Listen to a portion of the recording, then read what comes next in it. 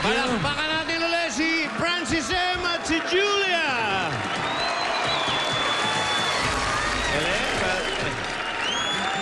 Hoy, ano yung nasa t-shirt mo? Ano ba yan? Filipino. Ikaw, anong nasa t-shirt mo? Wala eh. Dapat nga, papasok ako na nakahubad eh. Wag naman.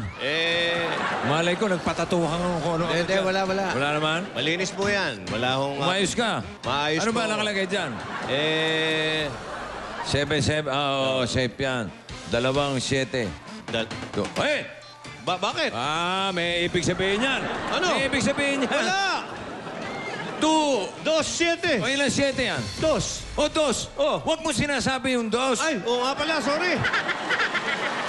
Sorry po, sorry. Bawal na po ako. Marami ng bawal ngayon. Hindi ako pwedeng magsalita tungkol doon. Hindi ako pwedeng gumalaw. Umayos ka. Maayos po ako. Ang mga... Yung gesture. Bakit? Yung Ano ba yung ginagawa ko? Bakit may bukol ka rito? Ano yan? Para 0 yan ah. Ano yan? Gangla yun. Ano yan? Sumobra pang padulas ko ng buto. Sakit ko yan eh. Akala ko sinadya mo talaga magpabukol. Hindi, baka akala nyo gumaganon ako. Hindi.